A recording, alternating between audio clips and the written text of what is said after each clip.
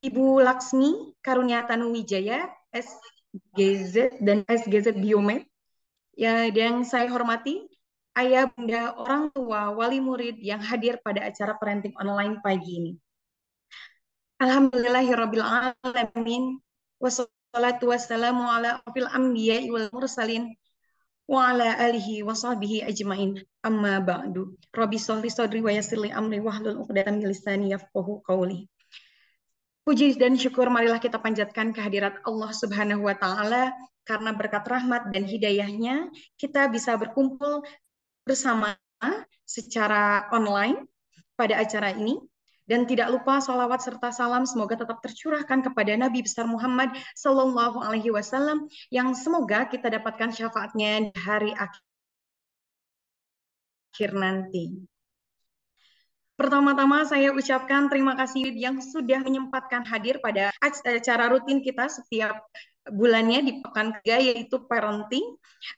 Yang pagi ini akan mengusung tema membangun pola hidup sehat keluarga bagi remaja. Berikutnya saya akan sampaikan susunan acara pada pagi hari ini. Pertama adalah keempat masuk acara inti kita, pemateri dengan Ibu Laksmi.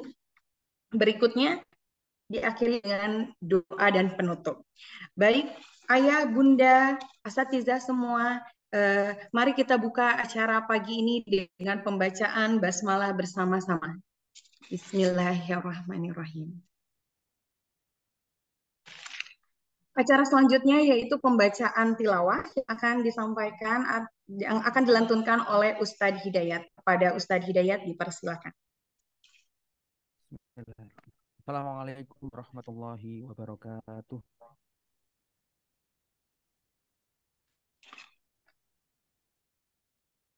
A'udzu billahi minasy syaithanir rajim.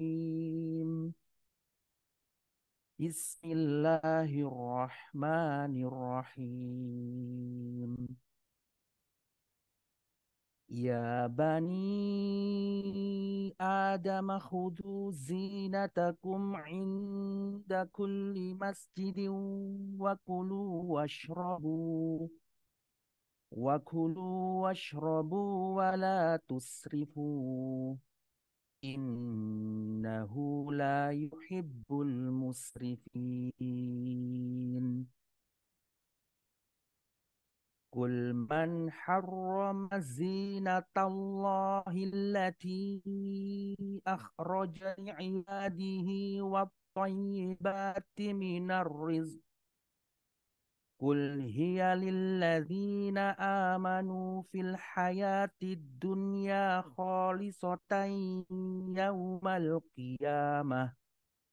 Kadzalika nufassilul ayati liqaumin ya'lamun. Qul innama harrama rabbiyal fawahisha ma dhahara minha wa ma batana wal ithma wal baghya bighairil haqqi wa an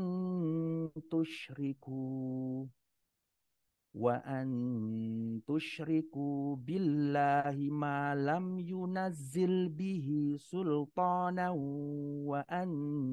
taqulu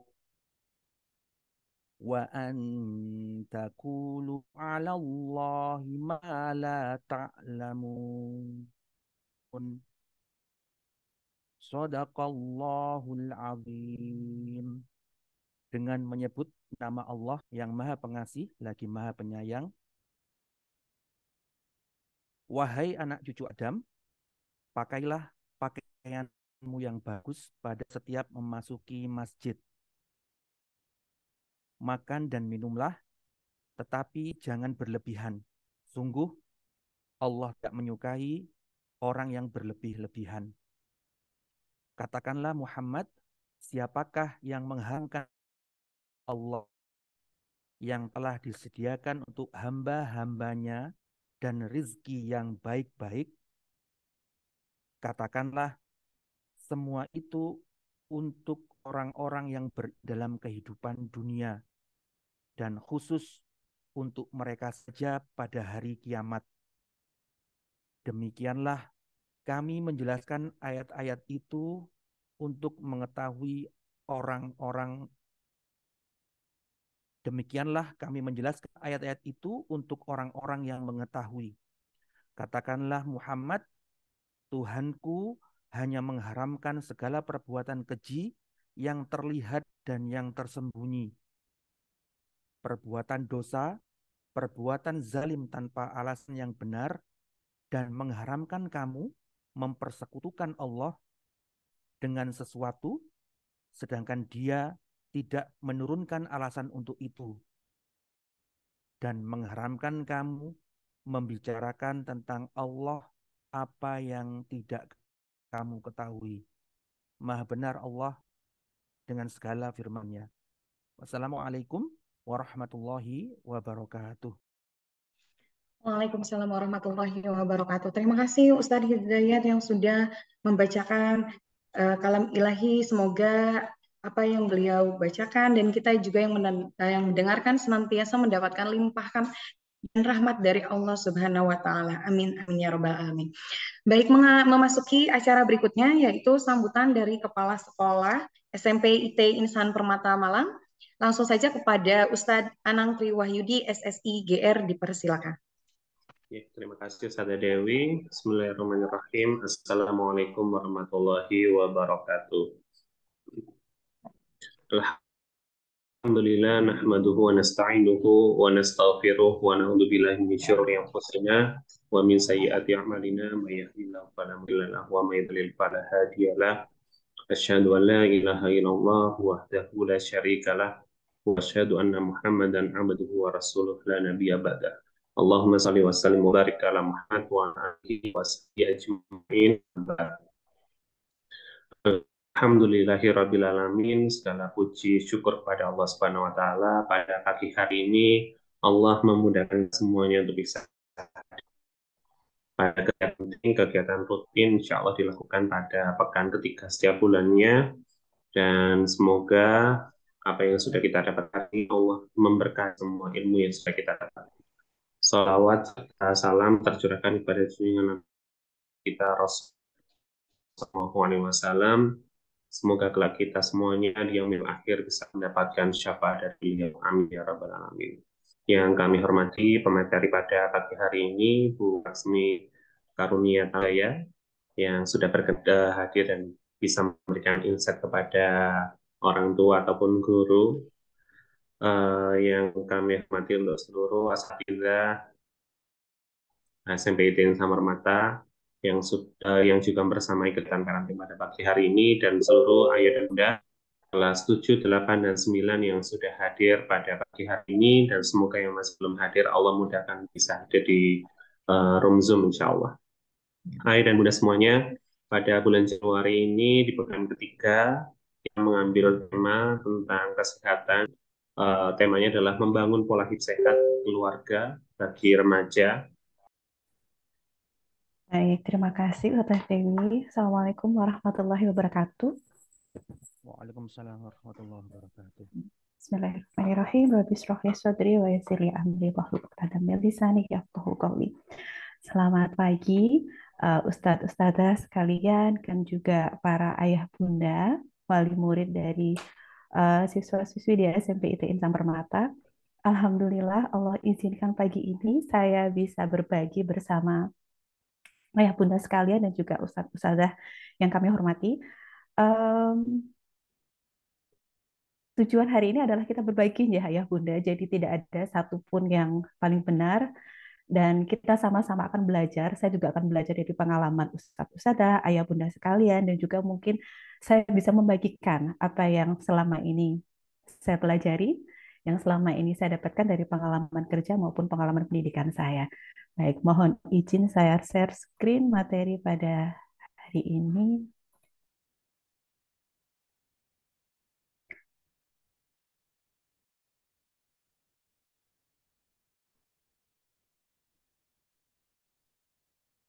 Apakah sudah nampak? Mohon informasi.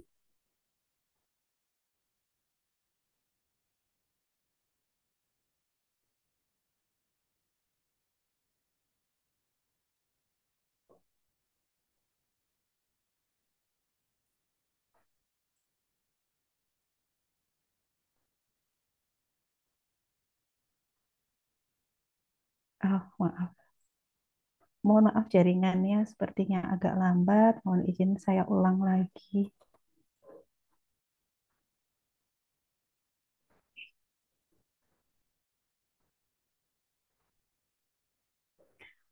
Baik, sambil menunggu materi terbagikan, ini saya awali terlebih dahulu. Ucapan terima kasih saya kepada SMP ITI Intan Permata karena telah uh, mengajak saya untuk berbagi bersama ayah bunda sekalian. Jadi topik yang akan kita bahas pada pagi hari ini mengenai bagaimana membangun pola hidup sehat dalam keluarga bagi remaja. Karena putra-putri kita saat ini ada di fase kehidupan yang menurut saya kritis dalam membangun karakter siswa, karakter anak-anak, juga kritis dalam kehidupan kesehatan berikutnya. Jadi selain tadi yang disampaikan Ustazah Dewi, ada satu poin tambahan yang harus kita ingat bersama, bahwa putra-putri kita saat ini adalah generasi pelanjut kita. Ya, generasi penerus kita yang akan melanjutkan amanah untuk menjadi pemimpin di muka bumi ini. Jadi, menjadi tanggung jawab kita sebagai orang tua untuk menyiapkan mereka. Tidak hanya menyiapkan pendidikannya, menyiapkan secara finansial, menyiapkan bagaimana karakter mereka berkembang, tapi juga menyiapkan agar anak-anak kita ini menjadi anak-anak atau remaja yang tangguh saat ini, sehat di masa depan, dan bermanfaat untuk kehidupan selanjutnya. Saya mohon izin melanjutkan slide selanjutnya. Oke, jadi saya akan awali dulu dengan sebuah permasalahan yang sekarang masih menjadi masalah di dunia, dan kita lihat polanya bahwa ternyata eh, penguasa-penguasa ekonomi itu sekian persen saja dari begitu banyak penduduk dunia ini. Tidak di dunia saja, tapi juga di Indonesia. Dan dampak dari itu salah satunya adalah terjadinya berbagai macam kondisi gangguan gizi. Kalau yang dalam keilmuan gizi kita sebut sebagai malnutrition atau malnutrisi. Dan posisi dunia saat ini ada 149 juta anak di bawah 5 tahun yang mengalami stunting. Stunting ini tinggi badannya lebih pendek dibandingkan seharusnya menurut usia mereka. Lalu ada juga 45 juta anak di bawah 5 tahun yang mengalami wasting. Kalau wasting ini dia terlalu kurus dibandingkan dengan tinggi badannya. Jadi kalau yang stunting tadi tinggi badannya dibandingkan dengan usianya, kalau yang wasting ini adalah terlalu kurus, too thin, untuk tinggi badan dia. Dan nggak hanya masalah terlalu kurus dan terlalu pendek, tapi juga ada masalah overweight dan juga obesitas. Anak-anak di seluruh dunia sejumlah 39 juta mengalami kelebihan berat badan. Ini adalah data di tahun 2021. Lalu kalau kita bergerak kepada ruang lingkup yang kita bicarakan pada pagi hari ini, yaitu pada remaja, profilnya bagaimana? Ternyata profil di Indonesia juga tidak jauh berbeda dengan profil di dunia. Ada masalah gizi juga pada remaja kita di Indonesia. Jadi dalam slide ini saya tampilkan data dari hasil survei riset kesehatan dasar tahun 2013. Survei lama, namun sampai saat ini masih relevan datanya. Jadi untuk anak-anak usia 13 sampai dengan 15 tahun, 8,7% itu ternyata mengalami kondisi thinness atau kurus. Kemudian 25,7% mengalami stunting atau pendek. 16% mengalami kelebihan berat badan. Dan yang masih menjadi masalah kita adalah kondisi anemia. Anemia ini atau kekurangan zat besi di dalam darah merahnya masih cukup tinggi, 12,4% pada laki-laki dan 22,7% pada perempuan. Mungkin ada sedikit yang saya soroti terkait dengan anemia ini. Jadi selain karena asupan protein dan juga bahan panganan penyumbang zat besi, contohnya misalnya protein hewani tidak mencukupi, ada beberapa faktor lain yang menyebabkan anemia.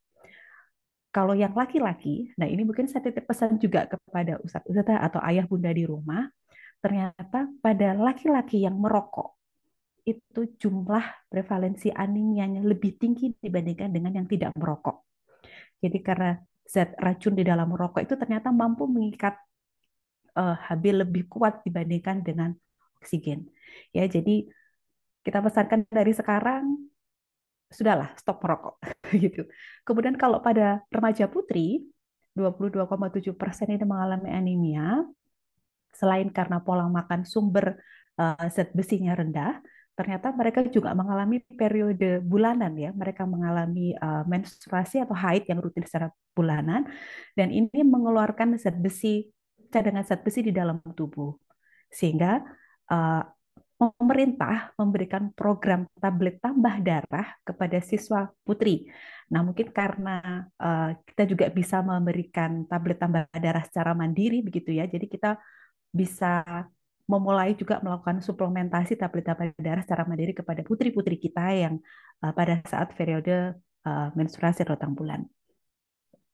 Jadi karena range usia putra-putri kita di 13 sampai dengan 15 tahun, saya soroti pada kotak-kotak merah ini.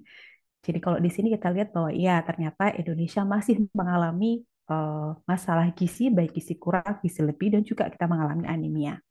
4 masalah ini adalah yang sering dijadikan perhatian oleh pemerintah, fokus pemerintah untuk menangani masalah gizi pada remaja.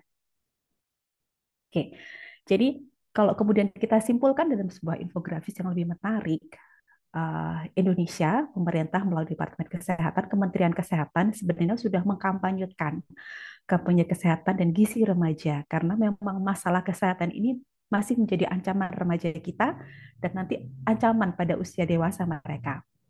Ada kurang zat besi, kemudian kurang tinggi badan, kurang energi kronis atau kurus, dan juga kegemukan. Oke.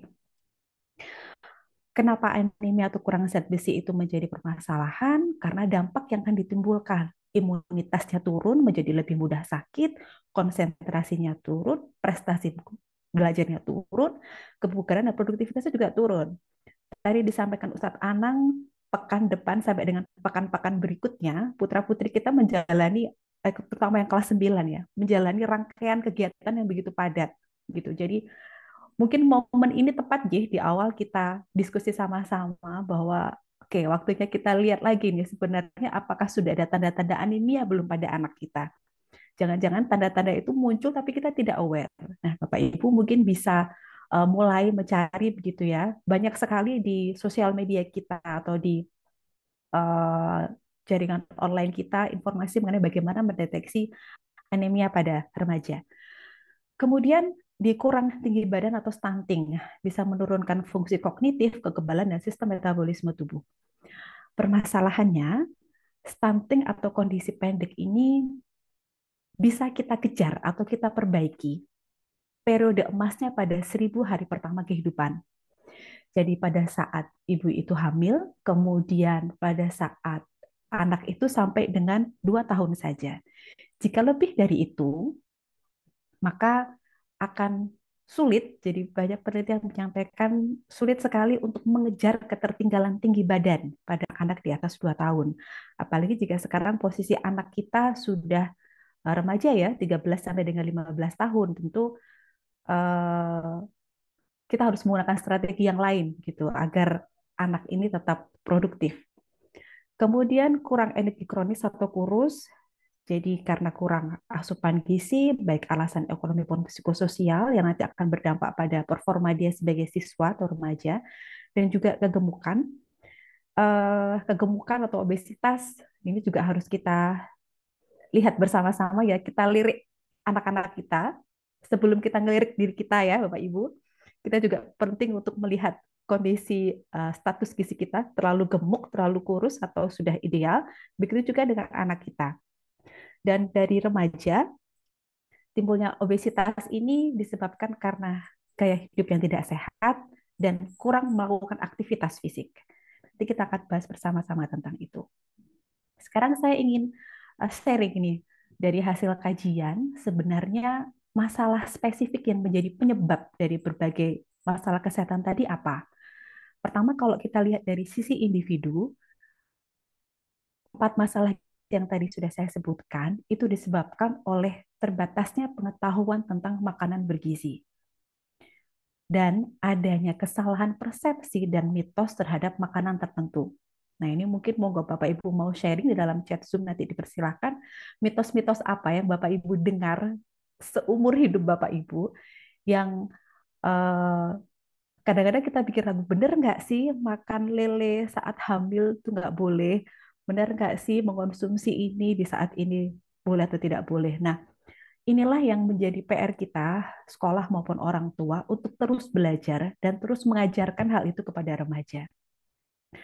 Kemudian remaja kita mengalami masalah yang besar tadi, salah satunya karena konsumsi makanan yang tinggi karbohidrat dan rendah akan asupan protein, sayur, dan buah.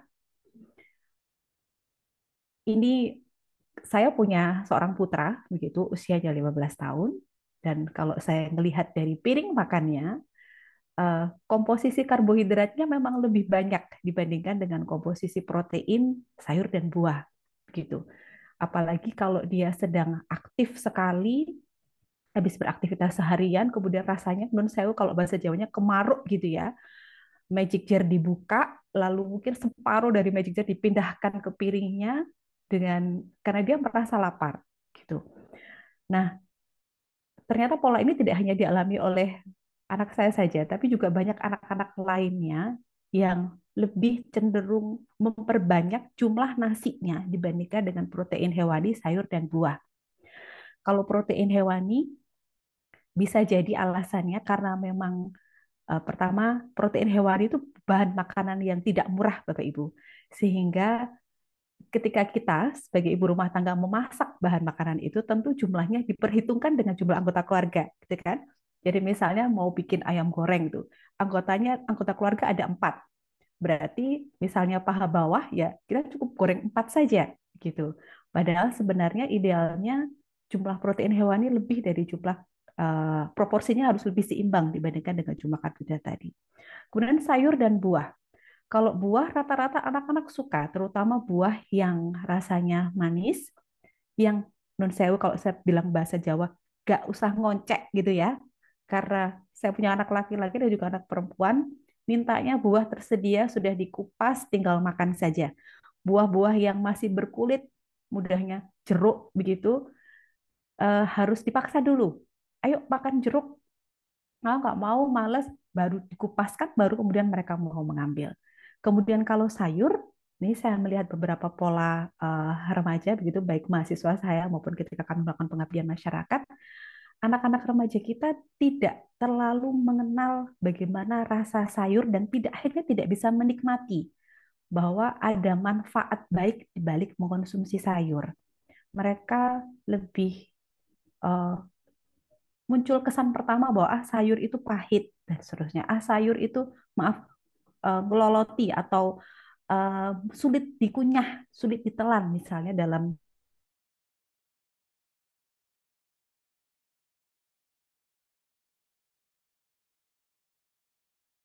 sayuran kangkung atau mungkin daun singkong. Padahal jumlah asupan serat itu kontribusinya salah satunya dari asupan sayur dan juga buah.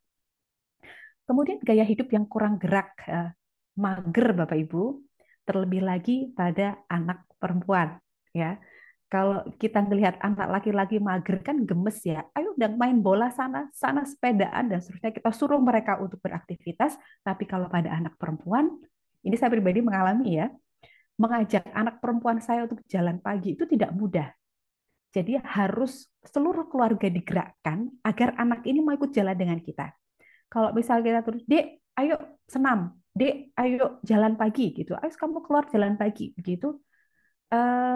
Motivasinya tidak sebesar anak laki-laki gitu. Anak perempuan ini dimotivasi untuk bergerak kalau seluruh keluarga diajak ikut bersama-sama bergerak.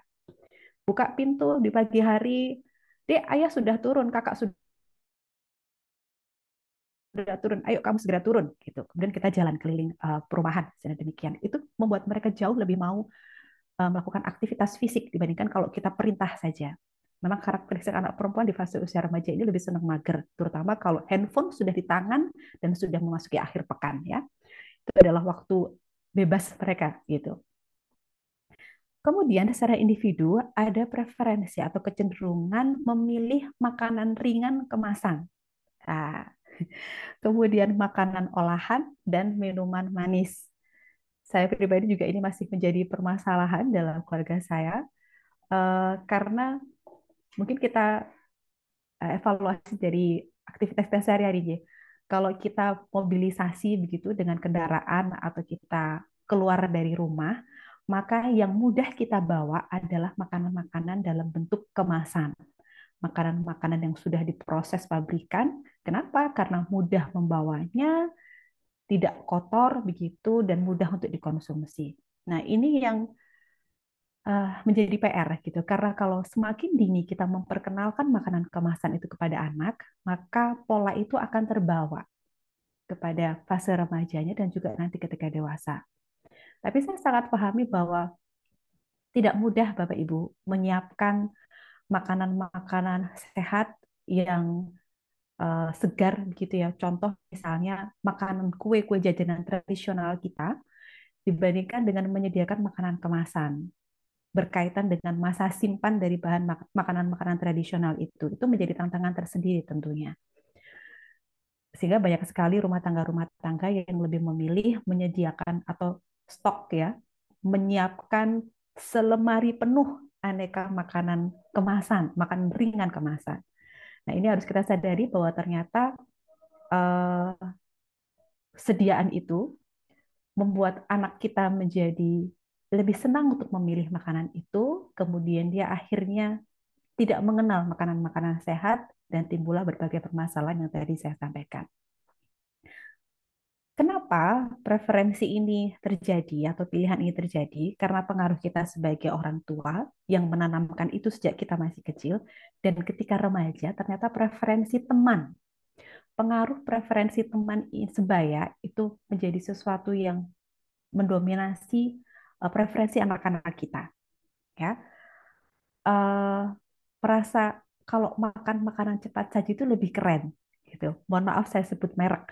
Lebih keren datang ke maaf Yoshinoya, lebih keren datang ke KFC, McD, Pizza Hut dan seterusnya dibandingkan dengan warung Tegal Bahari gitu ya, atau masakan Padang atau warung nasi campur begitu. Memang kondisi kita seperti itu. Jadi di masyarakat kita tempat-tempat makan yang elit yang berada di mal-mal besar itu jauh lebih keren, sekalipun sebenarnya apa yang mereka sajikan tidak tentu lebih sehat dibandingkan dengan apa yang kita masak di rumah atau apa yang diolah oleh warung-warung kecil yang memberikan makanan sajian tradisional kita. Kemudian ternyata putra-putri kita atau remaja, anak remaja kita juga memiliki motivasi yang rendah untuk menerapkan pilihan makanan dan gaya hidup yang lebih sehat. Bisa jadi karena cara berpikir mereka saat ini mereka belum berfokus untuk melihat pentingnya investasi kesehatan saat ini, gitu ya. Jadi ada beberapa orang tua yang saya jumpai ketika berkomunikasi di kampus begitu dan juga di lapangan, kita para orang tua sering mendorong anak kita untuk, ayo Mas, Mbak belajar, ayo Mas, Mbak kita hafalan, ayo kita melakukan aktivitas ini agar nanti ketika dewasa kita punya kita bisa menjadi lebih banyak bermanfaat pada orang lain, kita bisa studi di tempat-tempat yang baik, kita bisa mendapat pekerjaan yang baik gitu. Nah, kadang kita lupa untuk menyelipkan motivasi kepada anak kita. Yuk kita makan yang sehat, yuk kita beraktivitas fisik yang baik, karena seluruh cita-cita masa depan itu akan sulit terwujud kalau kondisi saat ini atau kondisi kita sedang tidak sehat. Ya. Sehingga investasi terhadap kesehatan itu perlu kita dengungkan kepada anak-anak. Sudah makan sayur belum? Gitu. Yang sering saya lakukan misalnya pas kebetulan anak saya kepengennya hanya makan karbo dan protein saja, kemudian waktu makan, makan siang ya, makan siang di rumah, pulang sekolah gitu, dilihat di rumah ada karbo, ada protein, dia memilih itu, kemudian makan malamnya akhirnya, Kak, tadi siang kamu belum makan sayur, itu sayur dimakan. Iya, agak memaksa memang. Tapi sampai sejauh saat ini, itu bisa saya lakukan kepada anak-anak, dan itu membuat mereka terpaksa dalam tanda kutip memang, tapi akhirnya ada asupan serat yang dikonsumsi oleh anak-anak. Ya. Kemudian bagaimana sikap anak-anak terhadap latihan fisik begitu. Putra-putri kita misalnya cowok gini ya, yang laki-laki suka sekali bermain sebut saja futsal atau badminton atau aktivitas yang lain. Mungkin sekali-sekali perlu nih kita tanya, Kak, habis futsal kamu mau apa? Ya, sering jawabannya adalah satu bakso, dua mie ayam, tiga minumnya es teh. Ini ya eh, memang kondisinya demikian begitu di tempat-tempat olahraga itu para bapak-bapak penjual makanan itu kebanyakan ya kalau nggak opsinya bakso, mie ayam, es teh, kemudian aneka makanan-makanan kecil itu yang tersedia di sekitar kita. Kemudian apakah itu bermasalah? Iya, kalau setiap saat, setiap hari kemudian itu membentuk pola makan anak-anak. Lebih memilih mengkonsumsi bakso dibandingkan mengkonsumsi pecel. Lebih kenal rasa mie ayam daripada rasa urap-urap gitu. Padahal boleh, makanan itu dikonsumsi boleh, asalkan tidak berlebihan dan bukan menjadi preferensi utama anak-anak kita. Kemudian merokok di kalangan anak laki-laki. Eh, ini yang harus kita tekankan kembali karena merokok itu tidak ada manfaatnya. Secara saya pribadi tidak melihat bahwa ada manfaat dari merokok begitu ya. Mungkin mohon maaf apabila di forum ini masih ada ayah begitu yang mohon maaf merokok, mungkin coba kita eh, minggir dulu begitu ya. Kita tidak memberikan contoh secara langsung kepada anak kita bagaimana atau caranya merokok, tidak menunjukkan secara langsung aktivitas merokok di depan keluarga kita gitu. Sebisa mungkin juga kita tidak menunjukkan bahwa kita punya stok rokok di rumah kita gitu, sehingga dengan demikian anak kita tidak terpapar dengan kebiasaan-kebiasaan atau perilaku-perilaku yang demikian. Kemudian dari sisi individu yang lain adalah masalah citra tubuh, bahasa kerennya body image ya, yang memotivasi anak laki-laki untuk menjadi besar dan kuat dan anak perempuan menjadi kurus. Body image atau citra tubuh ini masih terutama kalau masih di masa remaja ya, anak perempuan kita kalau ada timbangan di rumah gitu, dia suka sekali sebelum mandi dia timbang, setelah mandi dia timbang, bangun tidur dia timbang badan, sebelum tidur dia timbang badan. Nah, kalau kita menangkap pola-pola seperti itu, kemudian dia sering bertanya kepada kita, "Ma, aku terlalu gemuk tak? Ma, eh, pakai baju ini kelihatan lebih kurus atau lebih gemuk?" Nah, itu waktunya kita untuk mewaspadai. Jangan-jangan putri kita ini memiliki body image atau citra tubuh yang tidak positif terhadap dirinya. Ya, saran saya kita harus objektif begitu. Kita harus belajar menghitung indeks massa tubuh, bagaimana memperkirakan anak ini status gizinya normal atau lebih atau kurang, dan kemudian kita bisa menyarankan, oh, kamu cukup berat badannya, sudah dalam kondisi normal, pakai apapun kamu cantik, pakai apapun kamu menarik gitu. Sehingga kemudian tidak terpengaruh dengan figur-figur di luar sana yang mengiklankan dengan kuat bahwa perempuan itu harus kurus. Perempuan harus kurus itu salah, tapi perempuan gemuk itu juga tidak benar, ya. Jadi kita harus menjaga putra-putri kita untuk dalam kondisi atau status citra tubuhnya positif. Sedangkan yang anak laki-laki ini motivasi tubuhnya menjadi besar dan kuat. Nah, ini kami mengalami juga beberapa waktu yang lalu Ananda suka banget mengangkat barbel. Di rumah ada barbel, kemudian dia sit up dan lain sebagainya. Ketika saya tanya, kenapa Kak? Udah ini loh, Mang, pengen apa ya six pack begitu. Ya, nggak masalah, asalkan dia tidak berlebihan dalam posisi itu.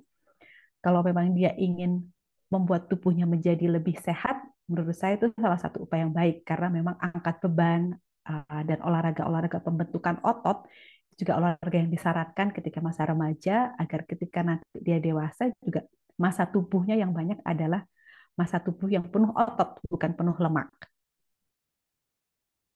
Oke, kita lanjutkan. Kemudian bagaimana dengan faktor keluarga? berkaitan dengan permasalahan gizi tadi ya. Jadi kita dalam keluarga kita diakui atau tidak diakui, kita masih memiliki pengetahuan yang terbatas tentang makanan bergizi. Ada berbagai persepsi atau mitos tentang makanan tertentu yang sebenarnya perlu kita pelajari ulang, perlu kita cari lagi informasi yang benar seperti apa. Dan kemudian remaja ini kadang-kadang kurang mendapatkan dukungan dari keluarga dan teman untuk menerapkan pola hidup sehat dan olahraga fisik gitu. Bisa jadi ada teman kita, ala poseo gua ya awakmu mangan sayur, bisa dari dalam bahasa Jawanya. Kok gua ya sih kamu ngangkat barbel segala. Nah, motivasi yang nanti akan menurunkan semangat putra-putri kita dalam melakukan pola hidup sehat. Nah, itu yang perlu kita kendalikan ya. Kita harus belajar juga apa itu pola hidup sehat, kita awali dari diri kita dan juga kita gaungkan kepada putra-putri kita. Kemudian ternyata lebih sedikit orang yang makan bersama di rumah atau bersama keluarga, terlebih pada anak laki-laki. Jadi anak laki-laki ini lebih senang ketika di rumah ngambil makanannya, kemudian naik ke kamarnya gitu, nonton TV sambil makan atau main game sambil makan, dan dia jarang meluangkan waktunya bersama keluarga untuk aktivitas makan bersama. Nah, Bapak Ibu, momen makan bersama itu adalah salah satu momen yang harus kita syukuri kalau kita punya kesempatan itu ya, dan harus kita upayakan kalau kita belum memiliki kesempatan itu. Karena momen makan bersama itu adalah momen di mana anak bisa menceritakan apa yang dialami hari ini dan orang tua bisa memberikan nasihat gitu. Apalagi kalau didampingi dengan makanan yang sehat dan enak juga. Sehingga momen itu akan menjadi momen yang dirindukan oleh setiap anak. Ternyata semakin rendah waktu yang kita habiskan untuk makan bersama dengan anak-anak, maka akan membentuk pola makan yang tidak baik pada anak. Oke, selanjutnya dari keluarga juga ada norma gender tentang pembatasan mobilitas dan waktu yang lebih luang terhadap anak perempuan. Ya, seperti tadi saya contohkan, kalau kita melihat anak kita yang laki-laki mager, kita cenderung untuk mengobrak-abrik kamarnya, ayo segera keluar, sepedaan, main bola, dan lain sebagainya. Tapi ketika anak perempuan lebih banyak mager di rumah, kita cenderung membiarkan begitu. Nah, ini yang harus kita perbaiki juga karena sekarang tidak hanya laki-laki yang obes, tapi perempuan yang mengalami obesitas juga sangat banyak. Awalnya bisa jadi karena permakluman kita kepada anak-anak yang di kamar saja nulis diary, membaca buku di kamar, kemudian meraih gadgetnya di kamar, banyak fasilitas yang kita sediakan untuk anak perempuan di kamar, sehingga dia tidak beraktivitas fisik di luar. Nah, ini menurut saya yang harus menjadi perhatian kita. Karena kalau tidak beraktivitas fisik, tapi makannya lanjut terus, maka peluang menjadi obesitas sangat besar. Kemudian ada kepercayaan tradisional yang membatasi makanan untuk anak perempuan dan perempuan selama menstruasi dan kehamilan. Kalau yang saya pernah dengar sih ya tadi, makan lele itu nggak boleh saat ibunya sedang hamil. Seorang wanita hamil nggak boleh makan lele.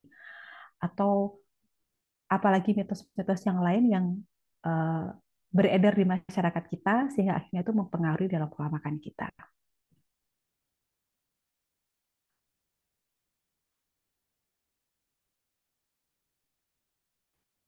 Baik, kemudian kalau kita lihat dari sisi sekolah dan pemerintah, jadi masalah gizi memang sudah menjadi perhatian pemerintah. Banyak sekali program-program yang diturunkan oleh Kementerian Kesehatan yang ditautkan dengan sekolah, contohnya di UKS gitu. Ada beberapa sekolah yang memang sudah melakukan rutin pemeriksaan kesehatan, rutin melakukan pemeriksaan status gizi dan lain sebagainya. Nah, tapi ternyata sekolah dan pemerintah juga memiliki kontribusi, terutama jika program itu belum terlaksana dengan baik. Ya, pertama karena terbatasnya pengetahuan tentang gizi remaja di sekolah-sekolah, tidak seluruh sekolah dilengkapi atau difasilitasi dengan tenaga kesehatan yang standby di situ. Kemudian terbatasnya ketersediaan pilihan makanan sehat di sekitar sekolah. Mungkin kalau kita berkaca di SMP IT Insana Permata ya, dari jarak 100 meter gitu ke kanan, ke depan, ke samping kanan kiri, berapa banyak yang menyediakan makanan sehat di sana. Dan kalaupun memang ada, apakah itu yang menjadi destinasi jajannya anak-anak kita? Misalnya kalau di IP itu ada Indomaret di situ ya. Indomaret itu kan yang paling banyak disajikan adalah makanan kemasan. Dia jarang sekali menyajikan makanan sehat di situ. Kemudian masih belum kuatnya konseling kesehatan dan gizi yang ramah remaja dan responsif terhadap gender. Jadi ini juga masih menjadi permasalahan terkait dengan masalah kesehatan yang salah satunya kontribusinya dari sekolah, kemudian kurangnya pilihan makanan sehat di kantin sekolah dan sekitar sekolah, lalu rendahnya kesadaran atau minat terhadap gizi pada umumnya, gizi remaja, pada khususnya di kalangan pengambil keputusan. Jadi para uh, anggota dewan, kemudian para pejabat-pejabat eksekutif di pemerintahan ternyata juga tidak seluruhnya punya concern, punya perhatian penuh terhadap gizi remaja ini. Dan belum adanya pendidikan gizi remaja dalam kurikulum sekolah. Gitu ya. Mungkin karena kurikulum nasional tidak mewajibkan itu, tapi mungkin seandainya mungkin Insan Permata ingin membuat kurikulum gizi remaja gitu dalam kurikulum sekolahnya, itu akan menjadi sebuah program yang baik sekali. Oke. Kenapa remaja ini menjadi sesuatu yang titik poin yang harus kita manfaatkan seoptimal mungkin? Karena selama remaja ini pada usia 10 sampai dengan 19 tahun itu kebutuhan zat gizinya tuh tinggi sekali. Remaja pada usia ini akan mengalami peningkatan tinggi badan 15 sampai dengan 25%. Berat badannya juga bisa meningkat sebesar 50%, massa tulangnya juga meningkat sebesar 45%, dan adanya perkembangan psikologis yang akan mewarnai sepanjang kehidupan remaja ini. Jadi pada fase remaja ini adalah fase yang sebenarnya bisa kita optimalkan dengan baik dengan pemberian makanan yang baik dan juga dengan penguatan-penguatan mental karakter yang baik. Oke. Nah, kemudian kalau kita melihat begitu banyak permasalahan dan juga penyebabnya, kemudian apa program yang sebenarnya bisa kita kerjakan? Nah, ini saya mengambil dari sebuah laporan dari UNICEF. Jadi UNICEF ini sudah setelah mengkaji bagaimana kondisi permasalahan di Indonesia, merekomendasikan beberapa solusi dari permasalahan gizi di Indonesia. Pertama, kalau berkaitan dengan anemia, bagaimana pengendalian dan pencegahannya, take iron supplementation. Jadi kita bisa memberikan tablet tambah darah kepada putra-putri kita. Kemudian mengkonsumsi makanan-makanan yang tinggi kandungan zat besinya, ataupun difortifikasi dengan zat besi, dan mengkonsumsi sayur-sayuran berwarna hijau. Sayuran daun berwarna hijau. Jadi sekalian sayur daun berwarna hijau ini adalah kontributor yang baik untuk meningkatkan zat besi dalam tubuh kita. Kemudian bagaimana pola makan yang sehat? Pertama, kita bisa dorong di rumah tangga kita, di anak-anak kita, untuk mengkonsumsi 5 sajian buah dan sayur setiap hari. Ya. Kemudian kita memperbanyak penyajian buah dan sayur itu setiap kali waktu makan. Tidak mudah, tapi harus kita mulai. Jadi sayur dan buah jumlahnya diperbanyak, dalam setiap waktu makan kita adakan di atas meja makan kita. Kemudian tidak hanya satu warna saja, jadi tidak hari ini pisang, besok pisang, lusa pisang, tidak demikian. Tapi sebisa mungkin kita variasikan warna dari buah dan sayur tersebut. Kemudian kita lebih memilih makanan-makanan segar daripada makanan-makanan yang sudah diproses. Ya Bapak Ibu. Bu Laksmi, apakah ayam ungkep itu termasuk makanan proses? Bukan itu yang dimaksud. Kalau ayam, misalnya kita melakukan food preparation, ya penyiapan bahan makanan di awal pekan, akhir pekan begitu, pekan berikutnya, kita ungkep, misalnya kita bikin tempe bacem, kita bikin ayam sudah diungkep, ikan dan lain sebagainya, kemudian kita simpan di freezer, itu bukan termasuk proses food, itu masih termasuk fresh food atau makanan segar yang kita simpan di dalam freezer untuk selanjutnya kita hangatkan atau kita masak selanjutnya. Jadi itu termasuk jenis makanan yang kita sediakan sehari-hari boleh. Proses food di sini yang dimaksud adalah makanan-makanan yang sudah ter apa ya, diolah sedemikian rupa sehingga sudah tidak nampak lagi bentuk aslinya. Kayak tadi ayam ungkep kan masih kelihatan bentuk ayamnya. Sedangkan kalau ngapunten, misalnya kita lihat di mall-mall atau di supermarket ada nugget gitu ya. Kalau Bapak Ibu baca tabel atau komposisi bahan penyusunnya, maka kita bisa tahu sebenarnya lebih banyak apanya, lebih banyak tepungnya atau lebih banyak daging ayamnya di situ. Kalau memang ternyata lebih banyak tepungnya dibandingkan dengan daging ayamnya, maka kita pilih alternatif yang lain. Ya, makanan-makanan yang diolah dengan proses yang sangat panjang, kemudian makanan-makanan yang dikemas, itu sebaiknya kita kurangi, kita jadikan opsi kesekian. Ya, kita pilih terlebih dahulu makanan-makanan segar. Kemudian kita lebih memilih minuman dalam bentuk water atau air putih gitu dibandingkan dengan minuman-minuman yang bermanis. Jadi minuman berpemanis tahu Bapak Ibu ya, minuman-minuman yang dalam kondisi kemasan maupun minuman-minuman yang kita seduh, kita tambahi gula gitu. Jadi kita lebih baik memilih air saja, air bening begitu dibandingkan dengan yang demikian. Nggak boleh kamu boleh, tapi itu hanya sebagai dalam tanda kutip hiburan saja, bukan sebagai pilihan minuman kita sehari-hari. Kemudian kita juga harus mengurangi asupan atau makanan dari pangan-pangan yang dikemas, ya. Kalau melihat makanan dikemas ini artinya makanan-makanan pabrikan yang banyak dipasarkan di supermarket atau di mall-mall dan seterusnya. Kita kurangi makanan-makanan kemas tersebut. Kemudian yang ketiga adalah aktivitas fisik.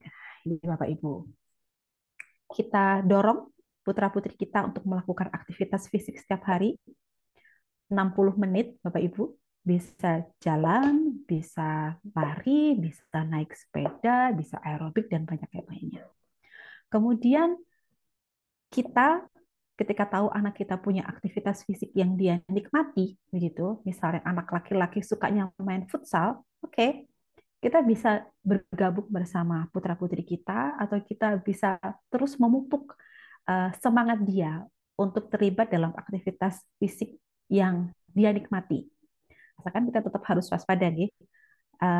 Aktivitas fisik oke, tapi kadang-kadang ada ikutan-ikutan yang tidak kita setujui. Misalnya ada ucapan-ucapan lisan yang tidak bermanfaat begitu, atau tontonan-tontonan yang tidak baik. Itu juga salah satu pintunya adalah dari jalur olahraga gitu. Jadi kita pilihkan atau kita dorong dia untuk beraktivitas fisik, tapi juga harus kita berikan dia pengetahuan, pemahaman bahwa kemungkinan dia akan terpapar dengan hal-hal yang selain yang berkaitan dengan aktivitas fisik itu, yang mungkin akan mengganggu dia secara mental, atau yang mungkin akan membuat pola pikirnya berubah, membuat adabnya menjadi tidak baik kepada orang tua dan keluarga. Nah, itu yang harus kita pahamkan. Kamu boleh beraktivitas fisik, tapi ada A, B, C, D, E yang harus kamu ketahui di luar sana, yang itu akan juga bisa terpapar kepada kamu. Sehingga dia punya batasan, dia punya pagar gitu ya, yang tidak dia langgar ketika dia berinteraksi di luar sana dengan aktivitas yang dia senangi. Oke, nah kalau kita bicarakan mengenai, wah gemuk nih, gimana nih? Nah sebenarnya apa yang kondisi tubuh kita, kegemukan itu terjadi karena energi yang masuk ke dalam tubuh kita itu lebih besar dibandingkan dengan energi yang kita keluarkan. Oke, jadi ngapunten ngunyah aja tapi mager gitu. Sukanya scrolling di GoFood, GrabFood gitu, pesan makanan online, tapi kemudian kita lupa untuk beraktivitas fisik. Jadi kalau apa yang kita makan kemudian setara dengan apa yang aktivitas yang kita kerjakan, insya Allah kondisi tubuh kita akan balance, akan seimbang berat badan kita. Tapi sebaliknya, kalau aduh kerjaan ngoyo atau olahraganya luar biasa sampai lupa makan dan seterusnya, maka bisa jadi akan mengalami penurunan berat badan. Dan sebaliknya, makan terus tanpa beraktivitas, ya tentulah mekar tanpa perlu baking powder atau baking soda ya Bapak Ibu. Oke, nah kemudian bagaimana pesan dari Kementerian Kesehatan untuk menjaga putra-putri kita dari obesitas?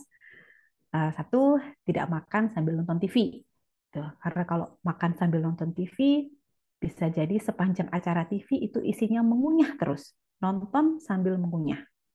Kemudian kita bisa membiasakan makan bersama dengan keluarga. Karena saat makan bersama keluarga, kita tahu batasan yang ada di meja makan kita. Oh, nasinya segitu untuk satu keluarga, lauknya sekian, sayurnya sekian. Sehingga kemudian dia tidak tertarik untuk nambah-nambah-nambah terus gitu ya. Ada kontrol orang tua di sana. Misalnya, kok nasimu satu piring penuh munjung kayak tumpeng begitu, ya kita sebagai orang tua bisa mengendalikan itu. Tapi kalau ini makan anak-anak makan sendiri tanpa didampingi, maka uh, tidak sampai pesan-pesan bahwa oke porsinya cukup, kamu sayurnya kok belum. Nah, pesan itu tidak akan terdengar oleh remaja kita. Jadi dengan membiasakan makan bersama keluarga, itu momen penting untuk memberikan informasi atau edukasi. Batasi penggunaan gadget. Kenapa membatasi penggunaan gadget? Karena mager. Ya, cuma jempolnya aja yang bergerak Bapak Ibu. Matanya fokus di satu titik, otaknya fokus ke dalam layanan di gadget tadi, dan hanya jempol yang bergerak. Badan yang lain tidak bergerak. Akhirnya dengan itu kita bisa dorong anak-anak untuk berbanyak aktivitas di luar ruangan, dan kemudian ketika pagi sebisa mungkin kita siapkan sarapan sehat di meja makan kita sehingga anak ini sempat untuk mengkonsumsi makanan sehat dari rumah. Dan ini yang luar biasa adalah membiasakan bawa bekal makanan sehat dan air putih dari rumah. Alhamdulillah sekolah sudah memfasilitasi dengan bekal makan siang begitu ya, dengan makan siang bersama. Menurut saya program yang perlu saya apresiasi dari ustadz-ustadzah dari SMP Insan Permata. Dan mungkin kita perlu evaluasi berikutnya dia, apakah memang porsinya cukup dengan porsi yang dibutuhkan anak-anak, ataukah pilihan makanannya sudah cukup bervariasi untuk mengenalkan bagaimana makanan sehat kepada anak-anak atau tidak. Kemudian perbanyak makan sayur dan buah, batasi makanan siap saji dan pangan olahan, jajanan dan makanan selingan yang manis, asin, dan berlemak. Kemudian kita konsumsi aneka ragam pangan, tidak merokok dan minum beralkohol, dan hindari minuman ringan dan bersoda. Jadi kalau kita bayangkan membaca tips pencegahan obesitas ini, kita harus mengingat kembali orang tua kakek nenek kita pada zaman dahulu ya.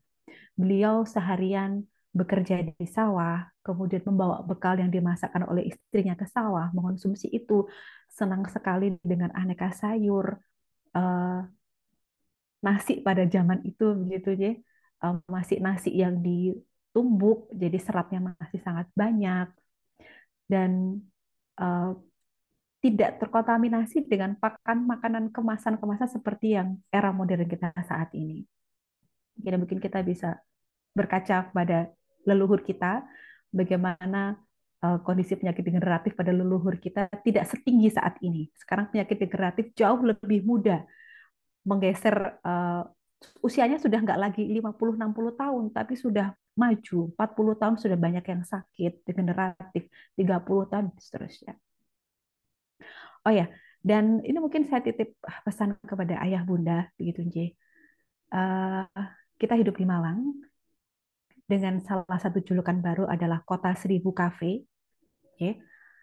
Kalau ayah bunda sempat ikut nongkrong di kafe bersama putra-putri, maka ayah bunda akan melihat opsi menu yang disajikan di dalam kafe-kafe terkenal itu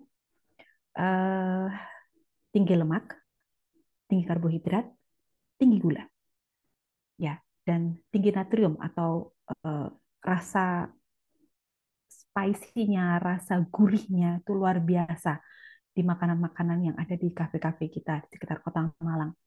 Dan minumannya aneka macam latte dengan misalnya kopi-kopian dengan kandungan gula yang sangat tinggi. Dan kalau kita nongkrong ke kafe, misalnya kita sempat ke sana, kita akan melihat begitu banyak anak-anak usia remaja 17-19 tahun yang ngopi, makan snacknya sambil memegang handphone. Nah, perubahan zaman tidak terelakkan, tapi mungkin sejak saat ini kita bisa mulai mengurangi intensitas untuk mengenalkan kehidupan kafe itu terhadap putra-putri kita. Oke. Karena kalau sudah masuk kafe itu nyandu Bapak Ibu. Oke. Saya sendiri juga berusaha sekali kalau misalnya ada arisan begitu, maaf ini mungkin ibu-ibu nggih, kita arisan bersama para ibu-ibu yang lain, arisan di mana? Oh di kafe ini ada kafe baru. Nah, sebisa mungkin kita keluar sendiri saja Bapak Ibu. Jangan ngajak anak-anak. Karena kalau ngajak anak-anak artinya kita sudah memperkenalkan dunia yang begitu nikmat tersebut kepada anak kita. Dan di kafe-kafe itu eh, sangat jarang ditemui makanan sehat. Oke. Kita minta buah potong saja tidak mudah. Adanya bentuk snack donat, croissant gitu, kemudian spaghetti begitu ya.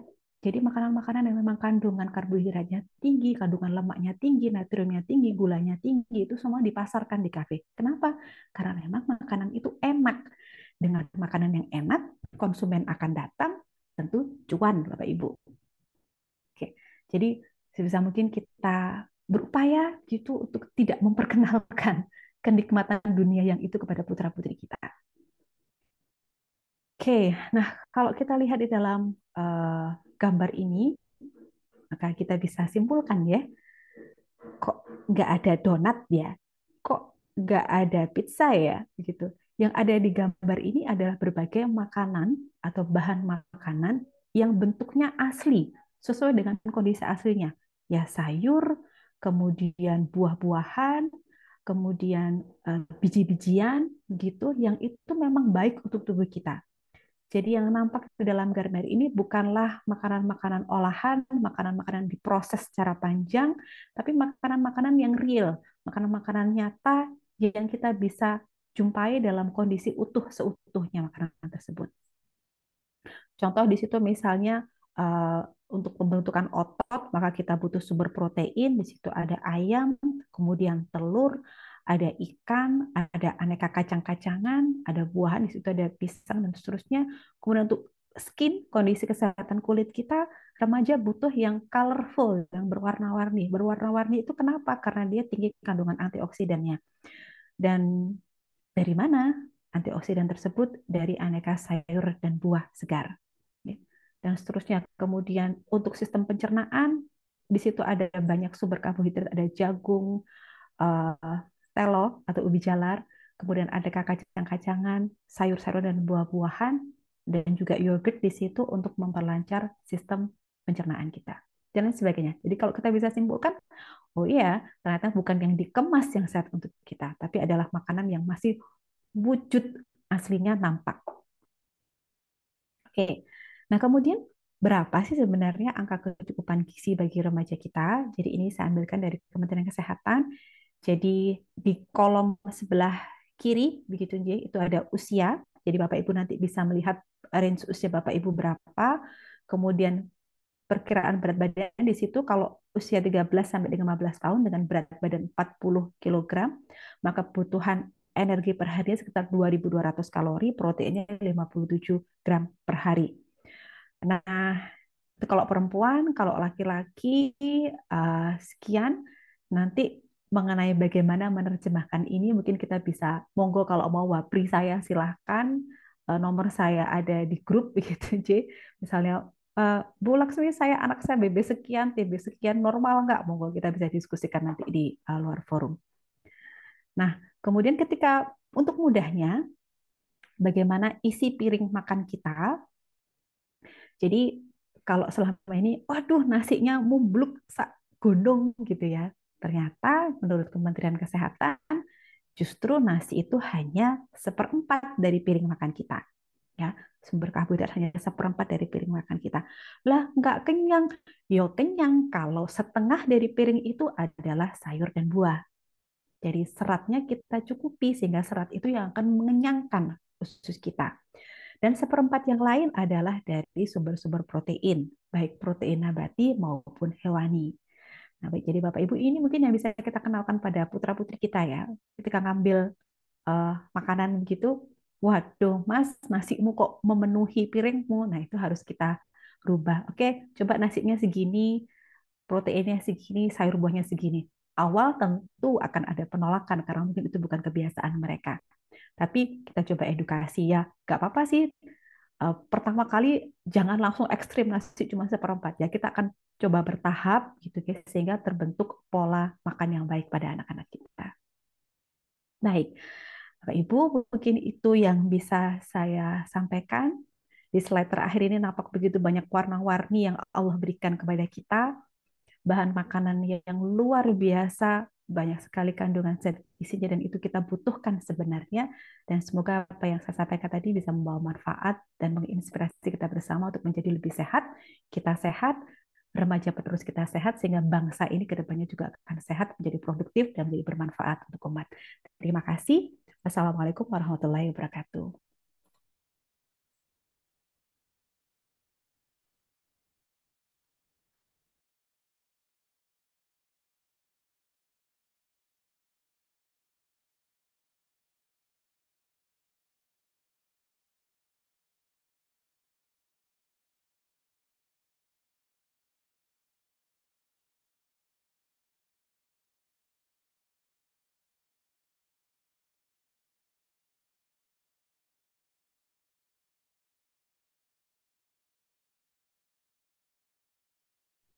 Suaranya masih di mute, Sada Dewi.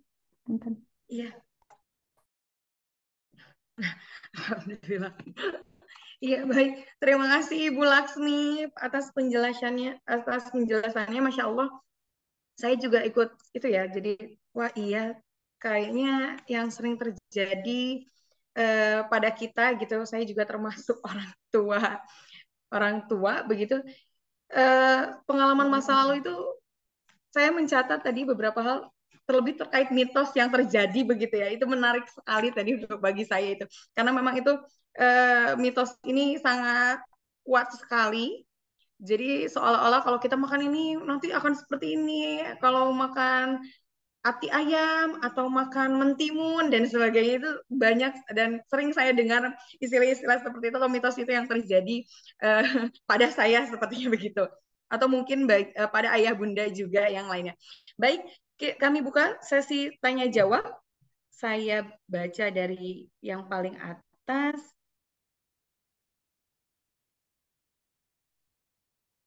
Tadi sudah ada yang bertanya begitu. Ini Bu Laksmi kita langsung tanya langsung dijawab atau ditampung dulu? Mungkin tanya langsung dijawab ya, Sada. Saya khawatir ada yang terlewat Oke, nanti. baik. Pertanyaan pertama, apunten saya masih mencari.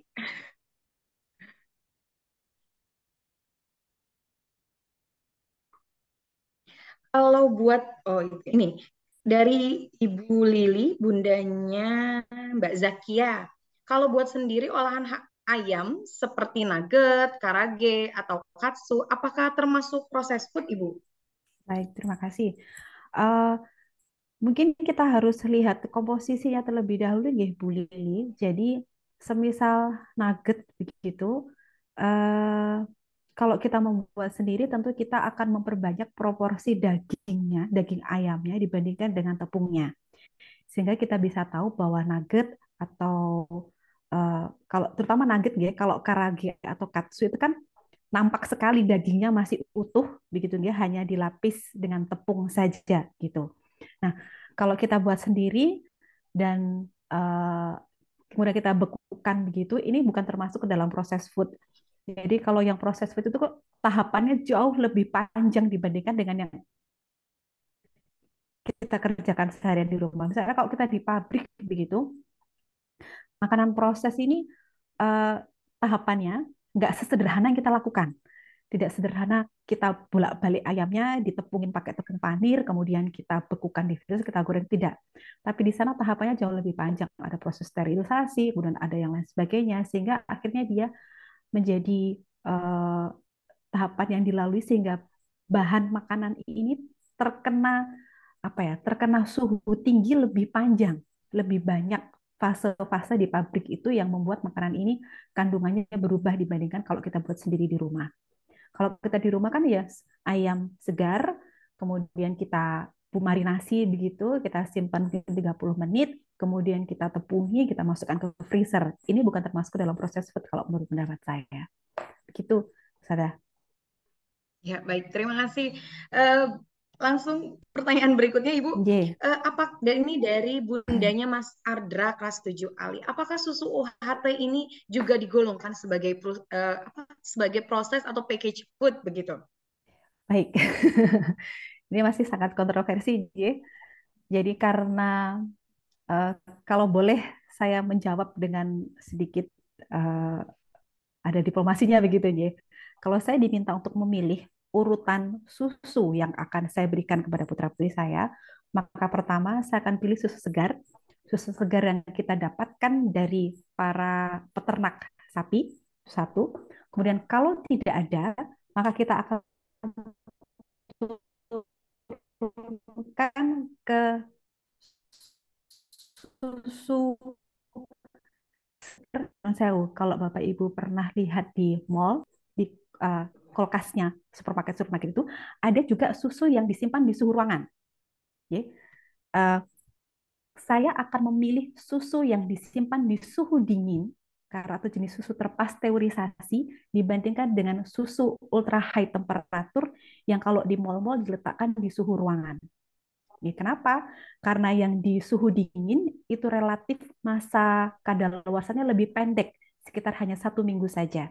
Artinya tidak banyak bahan tambahan yang dimasukkan ke dalam susu tersebut dan tidak banyak proses yang dilalui. Sedangkan kalau di susu UHT, ultra high temperature, namanya saja sudah ultra high temperature ya, suhunya tinggi sekali untuk membuat susu itu menjadi lebih aman, kemudian dikemas, maka itu adalah opsi yang ke 1, 2, 3, ketiga dibandingkan dengan susu yang tadi dipajang di uh, kulkas gitu. Kemudian step terakhir adalah susu bubuk. Nah, ini susu bubuk adalah kalau saya pribadi adalah opsi terakhir. Pertanyaannya, kenapa kok sekarang susu-susu bayi itu banyak yang bubuk? Karena bayi tersebut belum bisa mengonsumsi susu segar yang dari sapi misalnya sudah direbus begitu nggak bisa karena cukup banyak enzim-enzim di situ yang nanti bisa jadi memicu reaksi-reaksi alergi pada bayi sehingga pada bayi itu susunya diproses lebih jauh untuk dihilangkan zat-zat tertentu yang menimbulkan gangguan pencernaan pada bayi dan pada bayi dan pada kelompok populasi tertentu itu kadang-kadang ditambahkan zat-zat lain ya. Misalnya zat besinya ditambahkan, kemudian vitamin A-nya ditambahkan, ada yang ditambahkan dengan DHA sehingga dengan tambahan-tambahan itu harga susu tadi menjadi jauh lebih mahal dibandingkan dengan susu segar. Itu. Kalau kondisi kita memang tidak membutuhkan, maka susu dalam bentuk bubuk saya pribadi itu akan menjadi opsi terakhir sekali.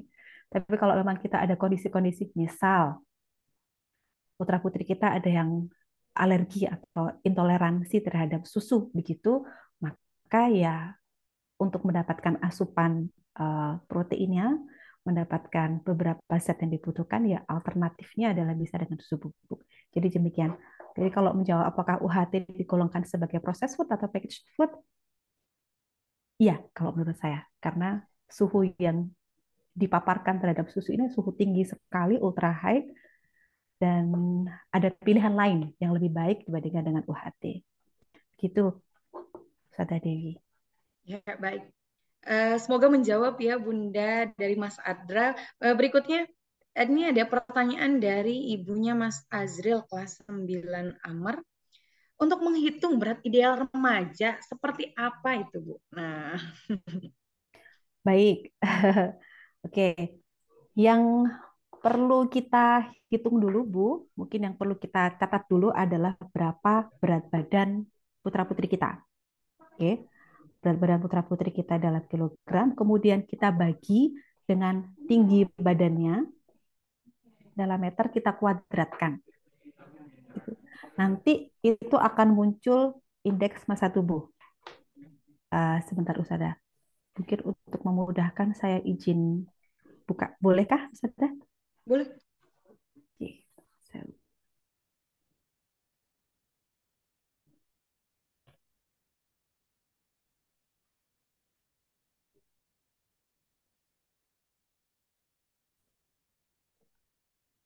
Oke. Eh, jadi untuk menghitung berapa berat badan ideal dari kita atau dari putra-putri kita adalah dengan menghitung namanya indeks massa tubuh, Bapak Ibu. Eh,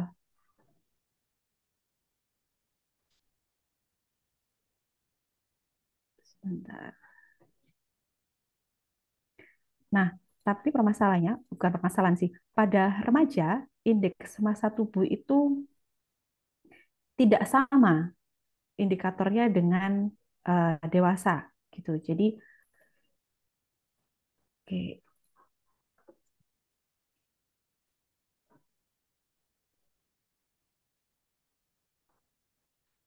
oke, saya coba share screen.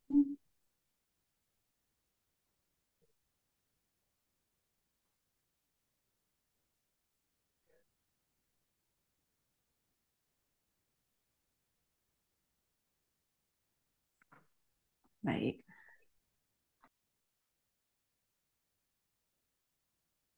Oke. Jadi kita akan eh, bisa sebenarnya untuk mengetahui berapa indeks massa tubuh kita dengan kita menghitung berapa berat badan kita dalam satuan kilogram, kemudian tinggi badan kita dalam sentimeter kita nanti kita kuadratkan atau kita bisa pakai menggunakan tdeekalkulator.net ini. Nanti kita akan bisa melihat sebenarnya status gizi kita termasuk yang mana gitu. Nah, nanti setelah dari hasil perhitungan tadi, BB dibagi TB kuadrat ini tadi akan memunculkan angka. Oke. Angkanya demikian. Kalau kita munculkan angka 18,5 atau kurang dari itu, maka kita termasuk dalam berat badan kurang. Kemudian kalau 18,5 sampai dengan 24,99 itu dalam kondisi normal, 25 sampai 29,9 dalam overweight. Ini kalau dewasa. Nah, nanti kalau remaja, mohon izin Ustazah nanti saya kirimkan sebuah grafik begitu ya. Jadi kalau remaja ini setelah kita menghitung BB per TB kuadrat tadi muncul angka. Nah, angka ini nanti misalnya angka ini kita bandingkan dalam sebuah grafik. Itu namanya grafik Z-score WHO. Di situ nanti kita akan lihat berapa BMI anak kita dibandingkan dengan umurnya. Nanti kita lihat, oh ternyata dia ada di posisi biru, dia ada di posisi merah atau kuning. Itu nanti yang akan mengindikasikan anak kita sudah cukup atau belum status gizinya gitu. Jadi nanti mohon izin saya akan share melalui Ustazah Dewi, jadi mungkin bisa digunakan sekolah untuk menghitung masing-masing berapa status gizi putra-putrinya. Gitu, Nje. Jadi yang pertama pentingnya adalah hitung dulu BB per TB kuadrat tadi. Demikian Ustazah Dewi. Ya, baik. Ada Siap, ya. Ibu. Nanti kalau sudah dapatnya nanti kita akan sharekan kembali ke orang tua Siap. juga ke Ananda begitu ya. Baik, Iya. berikutnya, pertanyaan berikutnya. Oh, hilang.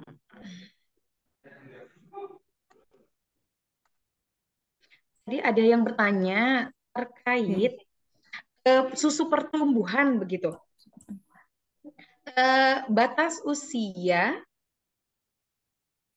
pertumbuhan anak laki-laki itu tingginya sampai mana begitu Ibu Laksmi. Terus kalau kita berikan susu untuk apa menambah tinggi badan itu kan ada ya Bu ya. Susu katanya susu untuk menambahkan tinggi badan. Nah, apakah itu ada batasan untuk mengonsumsinya? Dan karena sebagian besar kandungan susu yang beredar juga kan mengandung gula yang tidak sedikit begitu. Nah, bagaimana Ibu ini saran? Baik, baik. Kepada ibunda atau ayahanda dari Mas Rifki, ya. Kalau Ya, anak laki-laki, seperti tadi saya sampaikan di slide, batas usia sampai dengan pertambahan tinggi badannya sampai dengan usia 18 sampai dengan 19 tahun. Jadi kalau posisi putri kita sekarang di mungkin 15 tahun, kita masih waktu itu. Sedangkan kalau anak perempuan tidak sampai ke sana. Jadi dari hasil penelitian ada yang anak perempuan itu setelah menstruasi, kemudian dihitung 2 tahun setelahnya, maka itu adalah batas maksimal dia bisa bertambah tinggi badannya. Jadi kalau Ibu lihat pola di kita, misalnya anak-anak itu menstruasi di SD kelas 6 gitu, maka tinggi badannya akan mentok ketika dia sudah masuk fase SMP. SMP kelas 8 atau kelas 9, kelas 7, 8 begitu, dia sudah relatif tidak bisa menambah lagi dengan pesat. Gitu. Sehingga pada anak perempuan memang baiknya saat dia masih dalam fase menstruasi ini kita kejar dia untuk aktivitas fisik. Tadi aktivitas fisik yang memperpanjang apa menguatkan otot dan juga memperpanjang tulang itu penting, sehingga nggak cukup hanya dengan konsumsi susu saja seperti disampaikan. Kemudian kalau anak laki-laki bisa sampai dengan 18 sampai dengan 19 tahun. Itu masih punya kesempatan untuk tinggi berat badannya. Dan tidak hanya pertambahan berat badan itu dengan susu. Jadi zat gizi apa yang kita butuhkan untuk pertambahan tinggi badan anak itu ada di kalsium, kemudian ada di vitamin D, dan jangan lupa di skip untuk proteinnya. Protein ini juga penting. Jadi eh, mengonsumsi susu saja tanpa kita menambahkan asupan proteinnya juga menurut saya menjadi tidak ideal gitu karena tubuh memerlukan protein untuk pembentukan massa ototnya. Kemudian apakah mengonsumsi susu yang penambah tinggi badan ada batasan konsumsinya? Jadi di dalam masing-masing kemasan susu itu batasan konsumsi. Jadi gini, perusahaan atau pabrik pembuat susu itu membatasi konsumsi itu dihitung dari kandungan yang ada di dalam sana. Bapak Ibu. Jadi kalau misalnya susu ini punya kalsium yang sangat tinggi begitu dibandingkan dengan susu A punya kalsium yang tinggi sekali, susu B kalsiumnya misalnya sedang, maka kalau ini digunakan untuk mengejar kebutuhan kalsium sehari, maka yang susu A itu bisa cukup 1 cangkir. Susu B bisa 2 cangkir. Gitu Bapak Ibu. Jadi kalau saya pribadi agak sulit ya. Pertama kita ikutin panduan konsumsi di dalam kemasannya.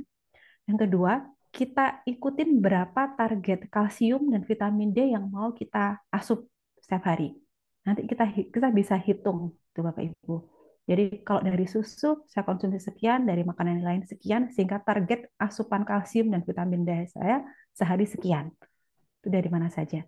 Begitu ayah atau bundanya Mas Rizky. Jadi batasannya adalah kita ikutin saja sesuai dengan yang ada di dalam kemasan, karena pabrik tersebut sudah mengestimasi batasan maksimal yang bisa berkaitan dengan zat-zat kalsium dan zat besi yang maksimal bisa dikonsumsi. Karena kalau kelebihan juga akan dibuang atau justru tidak baik untuk tubuh kita.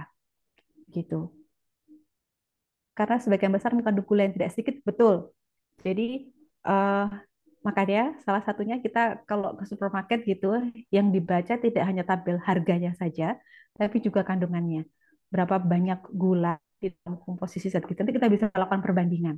Oh, susu A kalsiumnya segini, gulanya segini. Susu B kalsiumnya 200 gram misalnya, gulanya tetap lebih tinggi dari susu A. Nah, kita akhirnya bisa memilih mana yang sebaiknya kita beli.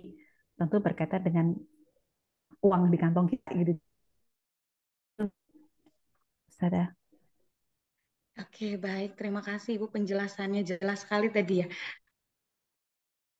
Lagi Ibu, langkah apa yang bisa kita lakukan untuk memperbaiki sudah termakan yang berbumbu nih. Terus gimana ya untuk Oke, mengurangi tanya itu? betul. Setelah terpola, maka yang bisa kita memberikan kesadaran bahwa kalau memang kesadaran bahwa pola itu harus. Jadi alhamdulillah di fase remaja ini kan anak-anak sudah bisa kita ajak berdiskusi, sudah bisa kita ajak untuk eh, mengetahui mana yang baik, mana yang buruk, mana yang sehat, mana yang tidak sehat, gitu. Jadi kalau mohon izin dari pengalaman pribadi, Nji, kalau misalnya saya menawarkan suatu makanan kepada anak saya tanya, Kak, makan ini. Enggak. Tapi saya akan bilang, ini isinya ini baik untuk ini. Kamu mau begini kan? Gitu. Jadi kayak suatu saat itu, Ma, aku pengen tinggi, aku pengen mengejar tinggi badan. Apa yang harus aku makan? Gitu. Apa yang harus aku minum? Gitu. Ya udah Kak, salah satunya bisa kamu ambil susu. Gitu. Akhirnya Kemudian dia paham, dia cari, oh kenapa kok harus susu, Ma? Karena susu itu ada A, B, C, D, E. Kamu makannya segini, minumnya segini, nanti kamu boleh diem saja, kamu harus bergerak. Karena yang memperpanjang sel tulangmu tidak hanya dari susu saja, tapi juga kamu harus beraktivitas fisik. Gitu. Kalau saya yang untuk merubah ini tadi, saya akan bangun kesadaran pada anak tersebut mengenai apa yang baik dan apa yang buruk dan pola yang selamanya terjadi. Kita sadarkan dia bertahap tentu pelan-pelan dan kemudian kita tawarkan. Kita kurangi dulu, Bu. Jadi kita kurangi yang selama ini menjadi pola anak kita. Misalnya kalau selama ini punten, misalnya mengkonsumsi makanan yang spicy wing begitu misalnya ya. Spicy wing itu kan memang enak, tapi natriumnya tinggi sekali gitu. Nah, kita kurangi dahulu porsinya, jumlah porsinya kita kurangi, kita ganti dengan yang lain. Kemudian kita perkenalkan dengan makanan yang lain yang rasanya juga sama, tapi kandungan zat tambahannya lebih sedikit begitu. Sambil kita kuatkan dia secara kesadarannya bahwa kenapa sih Kak kok Mama meminta kamu mengurangi porsi? Karena ini. Ini tidak baik untuk ginjalmu misalnya. Ini tidak baik untuk tekanan darahmu karena garamnya terlalu tinggi. Kita ganti yang ini ya, begitu. Nah, kemudian memang yang terakhir kita harus tuntut kreativitas. Ini salah satu yang mungkin bisa kita coba ya, Bapak Ibu. Sekarang anak-anak kita tuh sangat tertarik sekali dengan dunia internasional. Salah satunya dengan makanan-makanan internasional. Kalau Bapak Ibu tanya, mereka akan lebih kenal dengan topoki dibandingkan dengan cenil, sana begitu ya.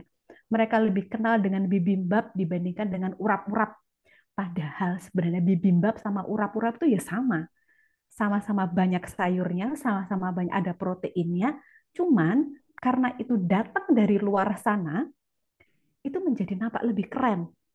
Nah, eh, ya, jadi mungkin tujuan kita adalah memperkenalkan makanan sehat, begitu. Jadi mungkin kita bisa mencoba variasi makanan sehat ala Eropa, ala Cina, ala Korea, begitu, sehingga mereka mengenal alternatif makanan sehat, asupan seratnya masuk, vitamin mineralnya masuk. Ya, urap-urap ya itu kita coba perkenalkan pelan-pelan gitu ya dari orang tuanya dulu tentunya. Tapi memang bau rasa-rasa internasional itu jauh lebih fenomenal dan jauh lebih melekat di otak anak-anak. Mungkin itu yang salah satu cara yang bisa kita selipkan gitu ya agar mereka mau mengonsumsi makanan lebih sehat gitu. Itu Bu Ezra nggih. Oh, pangapunten. Ibundanya Mas Ezra. Iya, Mas Ezra betul. Baik, mungkin Ibu ada 2 pertanyaan lagi ya ini. Pertanyaan berikutnya, sepertinya ini juga banyak terjadi begitu ya Bu, terkait anak-anak yang sudah pilih-pilih itu seperti kalau ini dari bundanya Mbak Kansa 7 Zainab gitu. Anak saya umur 3 tahun tapi nggak mau makan nasi, maunya susu dan roti saja, juga sering makan jajan kemasan. Kalau kue-kue tradisional sayuran kayak gitu nggak pernah mau coba. Nah, terus malah anaknya langsung muntah gitu. Saya juga punya pengalaman itu, punya teman kalau makan nasi muntah begitu ya Bu. Nah, gimana ya Bu cara mengatasi ini? Oke, jadi pertanyaannya mengatasi ya Bu. Jadi ada beberapa yang menggunakan hipnoterapi, Bu. Ya, jadi sampai dengan hipnoterapi. Karena kalau sampai dengan anak itu memuntahkan makanan, itu artinya sudah tidak lagi masalah di pengecapannya saja, tapi sampai dengan masalah psikisnya. Jadi ada beberapa influencer-influencer gitu ya, akhirnya menggunakan alternatif hipnoterapi untuk membuat anak ini akhirnya mau mengenal dulu dan berani untuk mengunyah nasi gitu. Karena kalau dari beberapa testimoni saya baca itu ternyata ada trauma tertentu yang pernah dialami oleh anak ini sehingga dia tidak mau dengan makanan itu.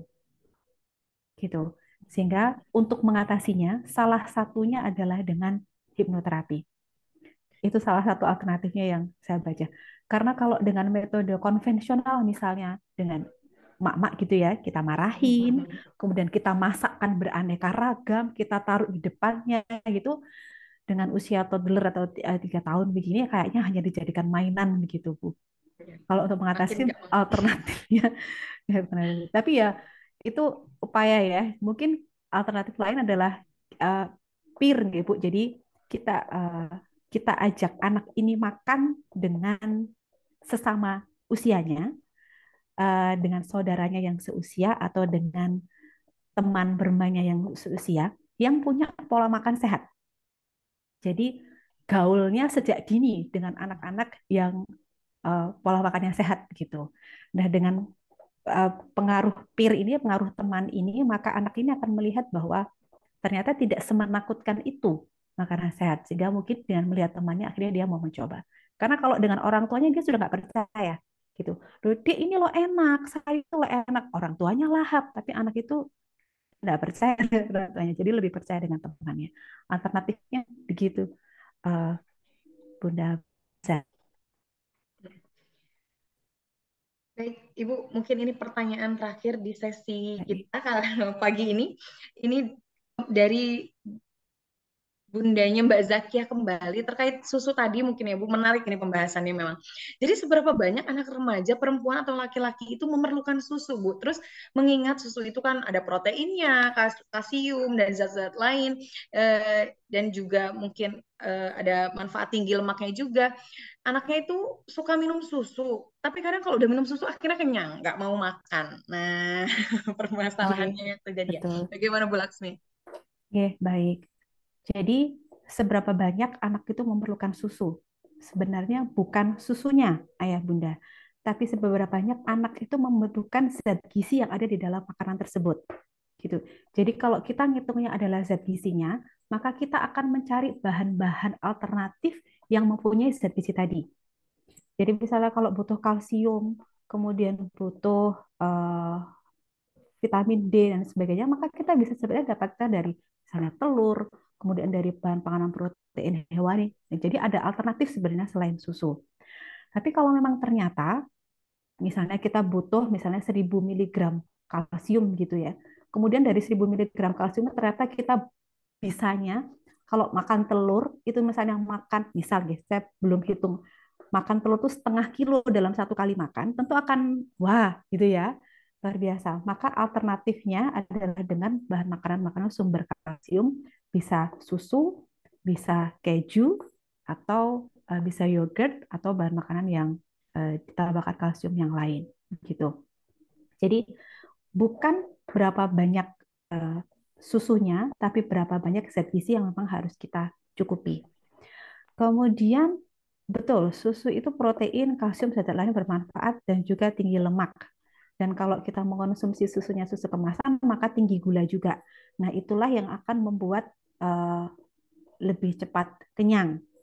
Jadi alternatifnya kalau memang kita tidak menggunakan susu kemasan atau yang pilih yang tanpa gula, maka sebisa mungkin kita sajikan dalam bentuk plain saja, tidak ditambahkan gula di dalamnya. Itu. Kemudian eh, jadi kita jeda, Bu. Anak-anak atau kita itu saja punya jeda jendela ketika perut kita kenyang, perut kita lapar. Gitu. Kalau seandainya kita berikan anak itu 1 gelas susu sekarang, misalnya pada jam 7 pagi kita berikan 1 gelas susu, misalnya 250 cc gitu ya, maka kan lambung itu terisi dengan 250 cc cairan. Nah, bisa jadi kapasitas lambung anak ini tidak sebesar kapasitas lambung anak yang lain. Sehingga diisi susu itu sudah penuh. Ya, maka dari itu kita berikan tenggat waktu dulu biar cairan ini turun dulu gitu. Jadi nggak langsung jam 7 minum susu, langsung kita sanding dengan makanan pokok. Mungkin karena memang kapasitas lambungnya kecil sehingga dia sudah kemasukan susu sehingga nggak cukup kalau ada makanan mau masuk gitu. Atau kita balik, makanan utama yang kita dahulukan pemberiannya baru dia minum susu. Jadi susunya itu dianggap sebagai snack atau selingannya. 2 jam setelah makan boleh minum susu. Jadi jangan makan besar plus disanding susu di sampingnya. Karena tidak seluruh anak atau kita mampu untuk mengonsumsi sebanyak itu untuk lambung kita. Jadi kita bisa jeda, kita kasih interval waktu dulu, misalnya 2 jam, setengah jam setelahnya atau 2 jam setelahnya untuk memasukkan cairan lain, salah satunya susu. Begitu, eh, Bu Lili. Iya, baik. Terima kasih, Bu Laksmi. Ini ada pertanyaan khusus. Ini boleh nambah satu nggak, Bu? J, Ya dulu. monggo. Ini pertanyaan dari Ustazah ini J, sama siap. penasarannya ya gitu. Kan setiap remaja ini apakah setiap remaja perlu menggunakan piring saji yang benar seperti digambar? Tadi ya ada isi piringku itu dengan seperempatnya dan setengah dengan sayur dan buahnya. Nah, atau harus menghitung atau tahu dulu tadi mengikuti TDEE-nya juga. Baik. Eh, baik, Sada Kiki, matur nuwun pertanyaannya. Isi piringku tadi itu sebenarnya adalah cara mudah bagi kita untuk menata apa yang ada di atas piring kita. Gitu. Jadi cara cepatnya begitu. Tapi kalau ingin mengetahui berapa sebenarnya kebutuhan gizi saya, berapa banyak yang harus saya makan, itu maka idealnya kita hitung dengan TDEE terlebih dahulu. Gitu. Tapi karena secara aplikatifnya kita tidak mungkin untuk menghitung per kali waktu makan atau per hari. TDEE itu kan kita hitung harian ya, jadi tergantung dari aktivitas kita, berat badan kita, umur kita, dan seterusnya. Ya ketemu, oh saya setiap hari butuh misalnya 2000 kalori. 2000 kalori itu nanti kalau saya mau jemprengkan gitu ya, saya mau jabarkan ke dalam bahan makan, nanti ada nasi sekian, lauk hewani sekian, nabati sekian, sekian gitu. Nah, setiap orang TDEE-nya berbeda-beda. Tapi yang tadi di dalam panduan oleh Menkes tadi itu adalah panduan ringkas atau panduan cepat agar susunan di dalam piring kita itu mungkin yang pojok kanan itu protein hewani, pojok kirinya karbohidrat, separuhnya adalah lauk dan sayuran. Jadi secara garis besarnya adalah dengan piring tadi. Tapi jika seseorang itu misalnya, bulan ini saya mau menaikkan berat badan, saya mau menurunkan berat badan. Menurut saya piring isi piringku tadi menjadi kurang tepat. Karena harusnya memang kita punya target-target tertentu untuk nambah BB atau menurunkan BB, salah satu perhitungnya dengan menghitung dengan TDEE tadi. Begitu, Bu. Terima kasih banyak Ibu Laksmi sudah Oke, sama-sama. menjawab semua pertanyaan dan sharing pagi ini, Masya Allah, menambah ilmu pengetahuan kita ya terkait tentang kesehatan ini tadi, terlebih kesehatan dalam remaja. Izin menyimpulkan materi pagi ini yang saya garis bawahi bahwa permasalahan kesehatan terlebih pada remaja ini ada 4 hal yang perlu ayah bunda perhatikan gitu. Yang pertama adalah anemia, kurangnya zat besi, selanjutnya stunting, kurang tinggi badan, selanjutnya yang ketiga kurus, dan yang keempat adalah masalah kegemukan. Mungkin salah satu hal yang bisa kita lakukan di rumah untuk memudahkan kita terkait pentingnya menjaga kesehatan itu dengan mengubah isi piring. Jadi cara mudahnya menggunakan panduan seperempat mengkonsumsi sayur dan buah, setengah porsi piring mengkonsumsi sayuran dan buah, seperempat mengkonsumsi karbohidrat, dan seperempatnya lagi kita makan kandungan protein begitu. Mungkin itu yang bisa saya simpulkan dari Ustazah Dewi, mohon ya. izin boleh saya nambahkan satu lagi? Oh, boleh. Jadi ayah bunda, ini mungkin kita saling menguatkan, J. Kondisi putra-putri kita saat ini, yang mungkin ada orang tua merasa, kok anak saya terlalu pendek ya, kok anak saya terlalu begini, begitu. Maka yang ingin saya sampaikan kepada ayah bunda di sini adalah, terutama dengan stunting tadi, fase usia anak kita sudah lewat untuk fase perbaikan tinggi badannya. Sekalipun memang sampai dengan usia 19 tahun itu masih bisa ditingkatkan, tapi tidak akan signifikan dibandingkan dengan kalau kita melakukan intervensi saat dia masih di bawah 2 tahun. Gitu. Tapi kita tidak boleh mematahkan semangat anak ini. Jadi ini mungkin yang saya titip pesan bahwa kondisi stunting itu meningkatkan peluang anak-anak itu untuk maaf dibully. Ya, anak pendek itu cenderung lebih sering mengalami pembulian dibandingkan dengan anak yang tingginya rata-rata atau di atas rata-rata. Nah, jadi bagi para orang tua yang mungkin qadarullah diberikan putra-putri yang tidak tingginya di bawah rata-rata teman-temannya, saya titip mohon ayah bunda lihat potensi apa yang lain dari putra-putri ini, kuatkan anak ini sehingga ketika anak ini di masa mendatangnya, misal ya, menghadapi suatu kendala dalam beraktivitas atau mencari pekerjaan, maka anak ini punya value positif yang terus dia bawa sampai dengan akhir hayatnya. Jadi dia tidak terkendala dengan kondisi fisiknya hari ini, tidak membuat mentalnya turun, dan akhirnya dia tetap bisa memberikan manfaat dan bisa menjadi manusia yang terus positif bagi sekitarnya. Itu saya mungkin titip itu Ustazah, karena saya melihat eh, masalah kesehatan mental juga sesuatu yang sangat berat dihadapi oleh remaja.